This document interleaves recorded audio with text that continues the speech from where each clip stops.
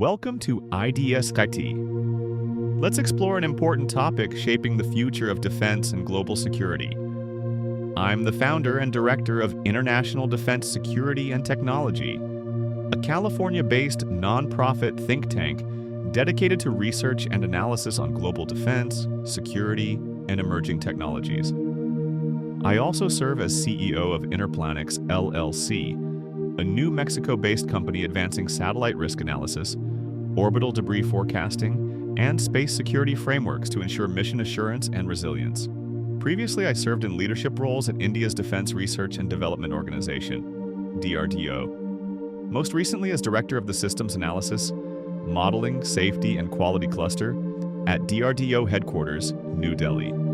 This channel brings you deep insights into the global security ecosystem, from geopolitics and emerging military technologies to cyber, space, and system-level analysis of tech trends and their interrelationships. Subscribe and join us as we decode the forces shaping the future of global defense and human security. In today's hyper-connected world, the demand for faster, more efficient data transmission is skyrocketing, and optical interconnects are answering the call. These systems use light instead of electricity to move data between devices, replacing traditional copper cables that simply can't keep up. Whether it's the explosion of cloud computing, AI model training, or 5G rollout, optical interconnects offer high bandwidth, lower power consumption, and minimal signal loss over long distances. Why is this shift so important? Copper interconnects face limitations: signal degradation, heat buildup, and electromagnetic interference. Optical alternatives deliver speed and efficiency at scale critical for hyperscale data centers, AI supercomputers, and telecom infrastructure. And the numbers tell the story. The optical interconnect market is projected to soar from $14.37 billion in 2024 to $40.77 billion by 2031, growing at nearly 14% annually. That's massive growth driven by the digital transformation across industries. Much of this is fueled by the AI revolution. Training large generative AI models requires colossal amounts of data to move quickly between chips and servers. That's where optical transceivers shine, offering the bandwidth and low latency AI demands. But it's not just AI. The ongoing rollout of 5G, rising adoption of VR and even advances in autonomous vehicles all depend on fast, scalable, and energy-efficient data infrastructure. Let's break down where this tech is making an impact. Optical transceivers dominate the market thanks to surging data center traffic.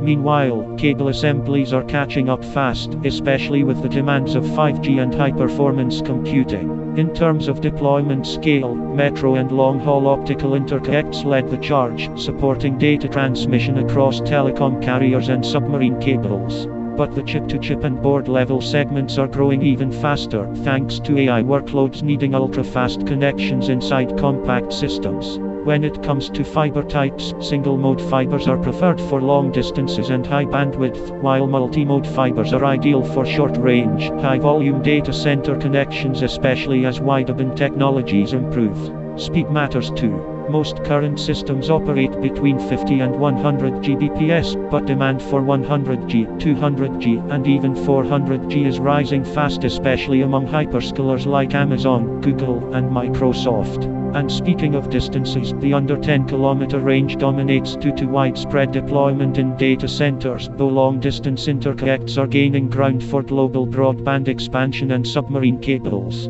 From data communication to telecom and even military networks, the use cases for optical interconnects are vast. Defense organizations, for instance, value them for their security, low interference, and resilience under extreme conditions. Still, this isn't without challenges. The high cost of infrastructure and complexity of integration can slow adoption. Technical hurdles like signal conversion, packaging, and thermal management must be overcome. But ongoing R&D and miniaturization are quickly addressing these concerns. As governments invest in national broadband plans and companies race to deploy smarter, more efficient infrastructure, the role of optical interconnects is only going to grow. We're entering an era where light, not electricity, will drive the backbone of the digital world.